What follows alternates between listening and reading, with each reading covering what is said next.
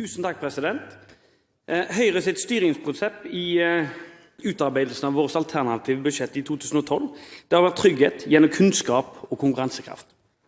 Høyre er opptatt av å sikre arbeidsplassene i konkurranseutsatt sektor, og vi ønsker å prioritere innholdet i skolen og doble satsingen på etterutdanning av lærere, og vi satser hundrevis av millioner kroner, president, for at folk skal få oppleve økt trygghet i sin lokalsamfunn, sånn at det blir flere politifolk i Norge, i hele Norge. I budsjettet så vil vi også i år prioritere å fjerne arveavgiften. Hus, hytter, ofte dyre å overta for veldig mange mennesker, og veldig mange arvinger, på grunn av markedsverdien er blitt stor, ligningsverdien er blitt stor, og det har igjen ført til at veldig mange må selge eiendommene fremfor å overta dem. Småbedrifter og familieforetak har fått en større arveavgiftsregning av regjeringen. Man slipper også et byråkrati som for staten koster 50 millioner kroner i året. Høyre fjerner i årets budsjett moms på e-bøker, president. Rett og slett fordi kulturministeren ikke har klart det, og overviser finansministeren at å likestille fremtidens bøker med de gamle bøkene. Vi har kulturpolitiske argumenter for det, vi har språkpolitiske, og internasjonal konkurranse viser at norske bøker må faktisk få momsfritak. Høyres budsjett viser også en retning for et parti som vil noe, som har et politisk prosjekt og som klarer å prioritere, som satser mindre på statlig byråkrati og klarer å legge frem kutt i motsetning til regjeringen. Bård Vegar Solhjell sier til Aftenposten: «Vi later som om hver krone ble brukt helt perfekt. Ingen vil kutte, alle passer på sine, på å bli populære i eget departement. Og skal det være sånn, president, at politisk suksess måles i å unngå kutt i departementet? Regjeringen bærer dessverre preg av ingen nye ideer, hverken i samferdsel, styring av offentlig sektor, og man opplever en økning i byråkratiet. Har man da styring over egne departementer, president? Lite tyder egentlig på det. For det er grunn til bekymring når embetsverket i en rapport fra Direktoratet for forvaltning og IKT varsler at de har mindre tid enn før til å gjøre den jobben de er ansatt til å gjøre, men i stedet brukes som en del av regjeringens ulike partipolitiske prosjekt. Vi har registrert en omfattende økning av skattebetalerfinansierte kommunikasjonsstillinger i departementene og Stortinget for øvrig, og det er derfor ikke akseptabelt at regjeringen bruker den ordinære bemanningen til ordinært informasjonsarbeid. Dette handler egentlig om god ledelse av departementene, president, og jeg har bestemt inntrykk av at de rødgrønne statsrådene er mer opptatt av å øke sine budsjetter, sine stillinger rundt seg selv, enn å disponere ressursene til beste for samfunnet som helhet. Jeg tror ikke de rødgrønne, president, er så veldig opptatt av å drive mer effektivt. For nesten hver eneste statsråd møter enhver kritikk fra opposisjonen med at det bevilger så og så mye mer enn den forrige regjeringen. Hvis vi går 6 år tilbake i tid til enhver regjering som har sittet, så vil alle de regjeringene, uansett partifarge, ha bevilget mer penger nesten på alle områder enn den regjeringen som satt 6 år før den tid. Så det argumentet begynner å bli veldig gammelt. Jeg synes det er rett og slett avslørende, og viser gjerne at man ikke lenger har politiske ideer, men et brennende ønske om å øke alle budsjetter i alle retninger på en gang. Og jeg skjønner at Solhjell ble frustrert, president, men han har hverken forsøkt å forbedre det før, underveis eller etterpå, som parlamentarisk leder i SV. Høyre mener dette skyldes manglende interesse og fokus, og derfor får departementer, direktorater, tilsyn øke sine stillinger basert på det de mener er helt nødvendig. For de rødgrønne har jo ikke engasjert seg i politikken for å si nei til noe. Så derfor så sier de ja til det beste, og lar byråkratiet styre med sitt. Vi trenger derfor helhetstenkende politikere i alle partier som tåler å ta en feit når kuttene kommer, president, og jeg tror oppriktig at det er flere av disse på borgerlig side enn på rødgrønn side. Solhjell sier videre til Aftenposten: «Hver kutt er en skandale som må nedkjempes. Det er en rituell budsjettprosess, hvor finansministeren ber om kuttforslag, hvor departementene kommer med de verste forslagene de kan finne på, sånn at avisoppslagene skal bli så store og stygge, at finansministeren sier ok da på slutten.» Og president, når da finansministeren viser allikevel at årets budsjett ikke ble så stramt som han har inntrykk til å tro, så ser det ut som om dette er noe av poenget. Et stivnet embetsverk som blir propp i systemet, politikere som ikke evner å skjære igjennom, og det har kanskje utviklet seg en kultur som forsvarer av systemet, og evner ikke å produsere nye og kreative løsninger. Det ironiske, som gjerne ofte vanlig rundt omkring ellers i Europa, det at sosialister blitt stokk konservative forsvarere av systemet, eller som Martin Kolberg kanskje ville sagt, systemet, systemet, systemet. Makrotallene viser at det er blitt færre ansatte i privat sektor etter finanskrisen. Det viser også at Norge sakker akterut når det gjelder produktivitet, altså det som gjør at Norge klarer å konkurrere med våre handelspartnere på verdensmarkedet, til tross for at vi har gode lønninger, som vi fortsatt skal ha, gode pensjonsordninger, som vi fortsatt skal ha. Finanskomiteens leder trodde ikke på Høyres tall i dag, selv om finansministeren har skrevet det ganske krystallklart foran. På side 127 i nasjonalbudsjettet så står det: fra 2000 til 2005 var produktivitetsveksten høy i hele næringslivet, samtidig som sysselsettingen var stabil. BNP bruttoprodukt per timeverk økte med 2,9% årlig i Fastlands-Norge. I industrien var produktivitetsveksten enda høyere, og et timeverk i 2005 ga en verdiskaping i industrien som var en 4-del høyere enn i 2000 blank. Produktivitetsveksten var vesentlig høyere enn hos våre handelspartnere i denne perioden. Dette altså i Bondevik II-perioden. Så det enter Stoltenberg II. I perioden 2006 til 2009, skriver finansministeren ærlig og konsist, falt produktivitetsveksten tilbake i en stor del av næringslivet. Verdiskapning av timeverk i industrien var det samme i 2009 som i 2005, og jeg understreker at det i nedgangstider gjerne produktiviteten også med på å øke, for da blir han mer kreativ for å klare å fortsatt selge markedene sine. Videre, i 2010 var produktivitetsveksten i fastlandsøkonomien på 1,5%. Dette imidlertid fortsatt klart lavere enn gjennomsnittet for de siste 10 årene, uansett om man bruker tallene fra 2005 eller 2006, slutt i 2009 eller 2010. For neste år vet vi at det lav rente, det vil øke kronekursen, eller presset på kronekursen ytterligere.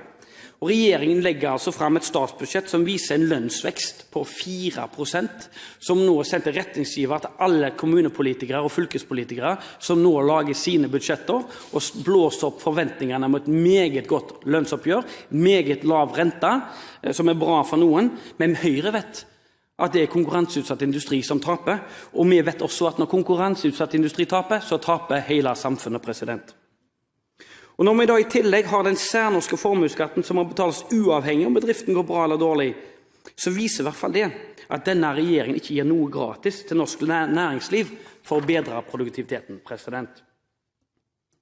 Statsministeren hevdet i sitt innlegg, det synes jeg var rimelig merkelig, at den dynamiske skattepolitikken er død. Det er knapt til å tro.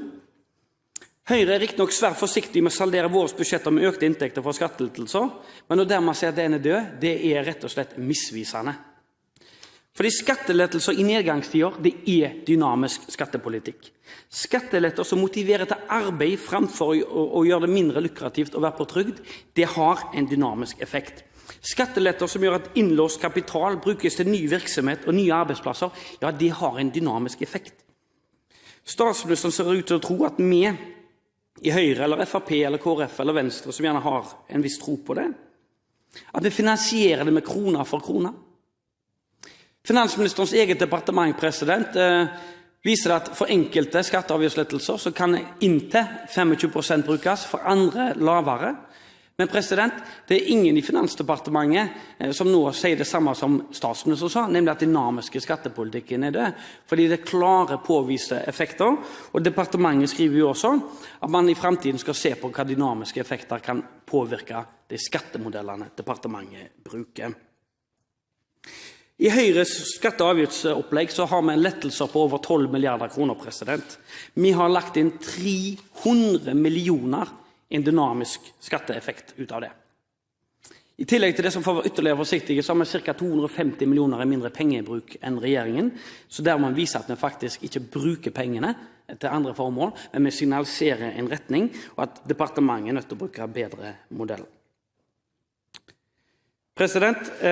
Jeg synes den debatten som har vært til nå om budsjettet har vært rimelig grei. Jeg håper noen som skal ta replikk på meg gjentar sine argumenter som får videre diskusjon, om at Høyre liksom har snakket ned Norge i denne statsbudsjettet. Det gleder jeg meg til å få tilbakevist. Vil selvsagt få den gleden, for det minst 3 stykker som har meldt seg på replikkordskiftet. Først Eldgar Gunvor.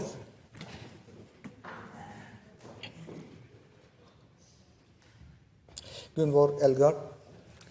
President, jeg må bare repetere for representant Kambe at verdiskapingen har nå økt 7 kvartal på rad, og siste året så har sysselsettingen økt med 50 000. Det har aldri vært så mange i arbeid som nå. Jeg tror det er viktig at du får med deg, representanten får med seg det.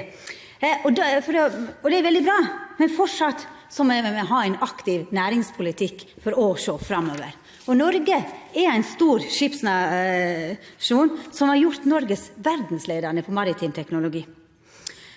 Og for å opprettholde den tyngden så har regjeringen satset på den maritime politikken, blant annet med like konkurransevilkår som rederiskatt og nettolønn.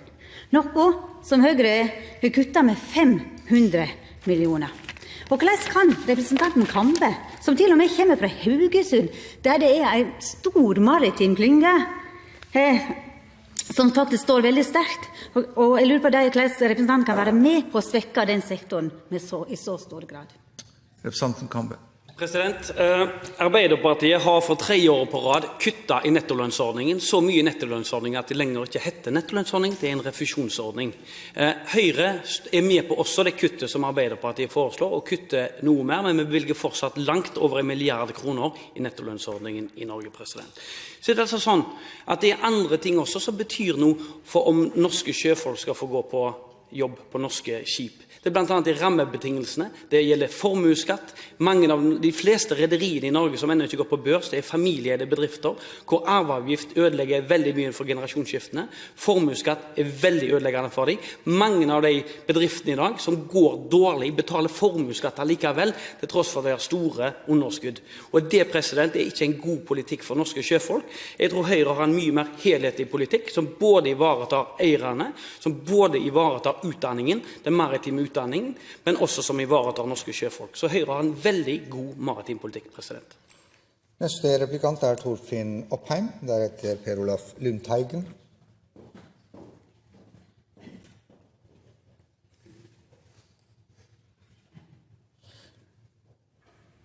Takk, president. Representanten Kambe mente tidligere i dag at når han hadde vært lenge på Stortinget, så svarte han ikke på spørsmål som ble stilt i et replikkordskifte. Og nå har representanten Kambe bare vært her i 2 år, så jeg forventer da et veldig kort og tydelig svar på neste spørsmål. Høyre foreslår betydelige kutt, det har vi nettopp hørt, kutt i nettlønnsordningen, men de foreslår også betydelige skattekutt i sitt alternative budsjett, blant annet på arbeid. Og partiet sier at dette kuttet skal skje hvert år i en 4-årsperiode. Så spørsmålet mitt, som jeg forventer da et kort og konsist svar på, hvorfor fortjener han som tjener 3 millioner eller mer 16 ganger større skattekutt enn hun som tjener lite? For Høyre så er det viktig å gi skattelettelser til alle mennesker i Norge, uavhengig av hva de tjener. Når det gjelder inntektene i det rene skattefradraget, i minstefradraget, så gir vi likt for alle mennesker. Så er det sånn at vi mener at toppskatt i Norge i dag skal betales av de som virkelig tjener mye penger. Dere, Arbeiderpartiet, foreslår i dette budsjettet at ingen skal betale toppskatt for 490 000. Vel, vi øker det bare til 500 000. Så tar vi altså og reduserer ligningsverdien for alle mennesker, også minstepensjonister som har lave inntekter, eller andre som har lave inntekter eller arver boliger, så slipper å betale formuesskatt, som er en kunstig beregning, uavhengig av hva de har i inntekt ellers.